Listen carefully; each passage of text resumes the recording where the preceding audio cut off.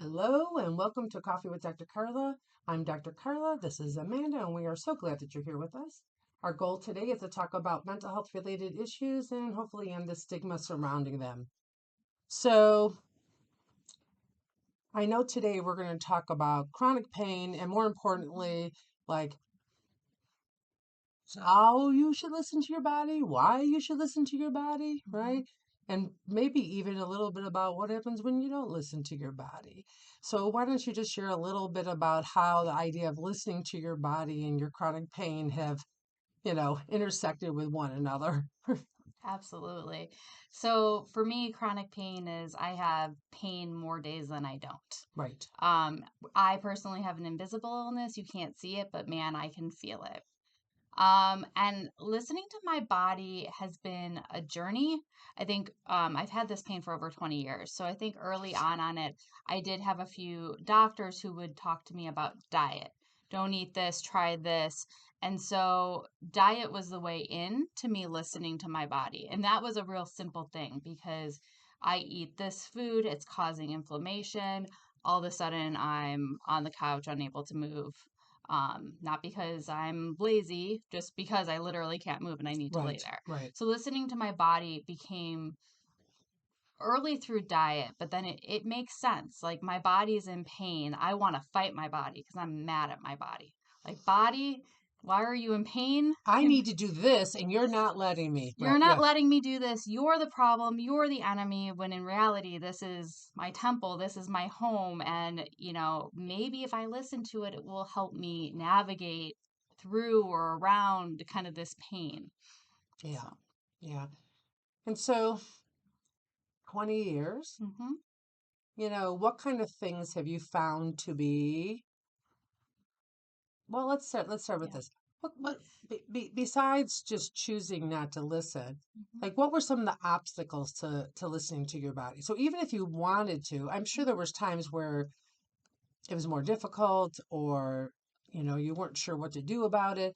Like what kind of obstacles did you face when you were trying to learn how to listen to your body? I I'm not even sure I tried to learn how to listen to my body. I almost feel like my body sat me down and had like an intervention with me of like, you need to listen to me Okay. because I tended to do the things that were more harmful for my body. So if I had really bad pain, I would take extra pain pills, I would drink on top of it. I tried to physically numb my pain. And one of the things I noticed, which was, I don't know why, you have these specific moments that like stick in your head, Right. is I always got really upset about exercise because I was very active in my youth and in high school, running cross country, very active. And that all became super limited with my chronic pain. And so while I was trying to find new outlets, there was a yoga studio I stumbled into because Mm, I'd gone to different yoga studios, but there was something about this studio, this teacher, her class that I was just present and my pain was better at the end of it. And if you okay. asked me in that moment what happened, why her, why that class, I couldn't tell you, but something stuck with me. It planted a seed of like, I don't know, this 60 minutes, my pain is better. What just happened? Right, right, right. Yeah. So why don't you share now, some of those so obviously yoga. hmm So then, what did you do with yoga? What other things did you find were useful in this journey? You Yep. know. Yeah, so I did end up getting sober, which is a whole another long whole documentary of my Sure. life. Sure. Yeah. Which made a profound impact on my whole body, from like my skin being clearer to feeling more alert to just you notice these shifts. So all of a sudden that got me thinking, right? Like, okay, my pain is actually a little bit better now that I don't like it was like this like a literally detox, but also like my body and my pain kind of reconciling. So the substances, Yes. right, while Yes. you were thinking they were helping by Mhm. numbing the pain, were actually making things much worse. Right. Yeah. Right. So couple years into my sobriety, trying to figure out what I want to do with my life. I work in advertising. It's very high pressure corporate environment. And something about going back to that yoga and trying to continue to capture that moment and find different studios and different meanings. I don't know why. I don't know what it was, but I thought about that teacher and I looked her up and it sent me to a different studio that she did yoga teacher training at. And I said, Yeah. I don't know what it is, but man, getting sober and thinking about the substances, thinking about the food I put in my body, thinking about that class, there's something there. And so I went and I ended up doing teacher training. And I didn't do it to go be a yoga teacher. I just knew that on the weekends, I had at least 8 hours of being in this special place. Gotcha. And Okay. it was the breathing and the meditating. And I could have the most, jam-packed busy week and have my stress so high. And it was like all of that melted away. And my body got out of flight or fight at the end of that and was just like, you're safe and you're okay.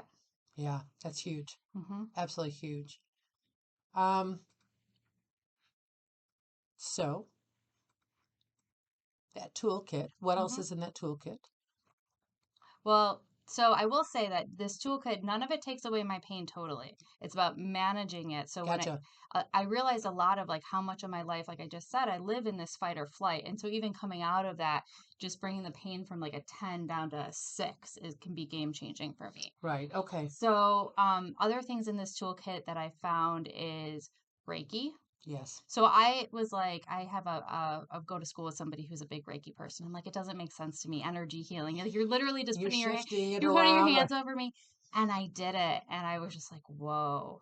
Yeah. And she was talking about the places and what she found in my body. And, I could actually feel when she went over my pain spots, something shifting. And then she was telling me it before I even told her it. Right. So that was really profound. That has been something that whenever I can financially afford it, get in there, kind of do some energy work. That's been really helpful.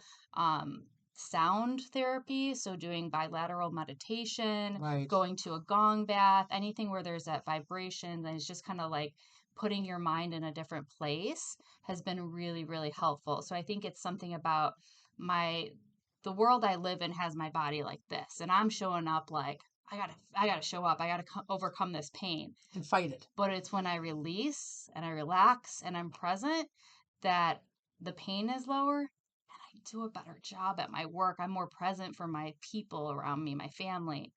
Um, so somatically, if I listen, it's going to tell me something. So I know if I eat that food, this is going to happen. Or if I don't do those stretches, pain's just going to be worse. Or, oh, I can tell a flare up's coming. I have these toolkits. I have some massage work I can do. I have some stretching. So it's just about listening and connecting those dots. And it's taken a long time. So let's also, let people know that while you've discovered all these things, Hmm. um, these all these things that you have in your toolbox. Um, again, you mentioned that your pain does not completely go Hmm. away, but I think it's also important to recognize that while you know these things are useful, um, you don't always have the capacity to access them, Hmm. right? Whether it's financial or it's too overwhelming or whatever the case may be. So, I don't want people to be watching and be thinking, oh my God, well, she's got her life together and it's all so easy for her. You know, Maybe speak a little bit to the challenge of knowing what you need, yet not being able to access it for whatever reason.